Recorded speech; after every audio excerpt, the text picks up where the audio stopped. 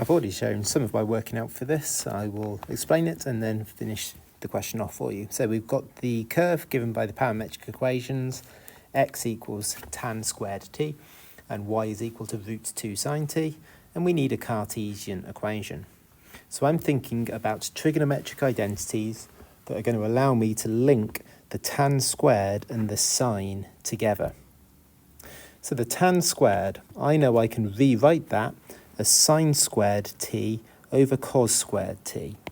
So that's what I've done here.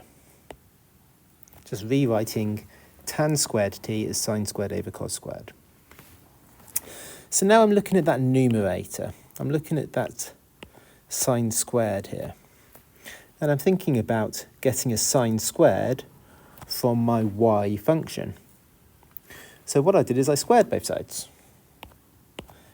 So if I square the left-hand side, I get y squared. And if I square the right-hand side, I get 2 sine squared t. Which means that I can then divide both sides by 2. So I find that sine squared is the same thing as y squared over 2.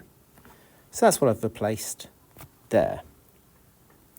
Now I'm looking at that cos squared t on the denominator. Now, we know that cos squared t is equal to 1 minus sine squared t.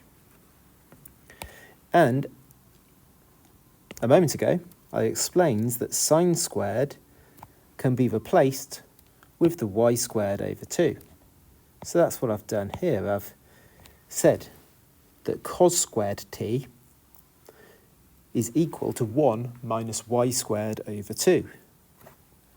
And so that's what I've replaced the denominator with. So I've now got an equation that has x as a function of y. I just need to rearrange that to make it look like the form the question's asked for. First thing I'm going to do, I'm noticing that I've got these nested fractions. I've got the fractions inside another fraction. So just to tidy this up a little bit, I'm going to times the top and the bottom of this big fraction by 2. By doing that, this 2 is going to cancel out with this 2 here, and this 2 is going to cancel out as well, and we're also going to times the 1 by 2. So we're going to be left with the y squared over 2 minus y squared. So just to repeat what I've just done there, timesing top and bottom by 2. So this times 2 will be the y squared. And on the bottom, we've got the 1 times 2 is 2. And this times 2 will be minus y squared. I'm now going to multiply up there. So I've got 2 times x, and I've got the x times y squared. Move the y squareds onto the same side.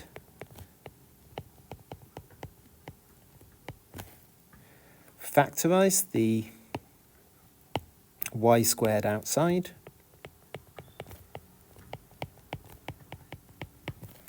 And then divide both sides to make y squared the subject. And there we go. That's what we needed to show.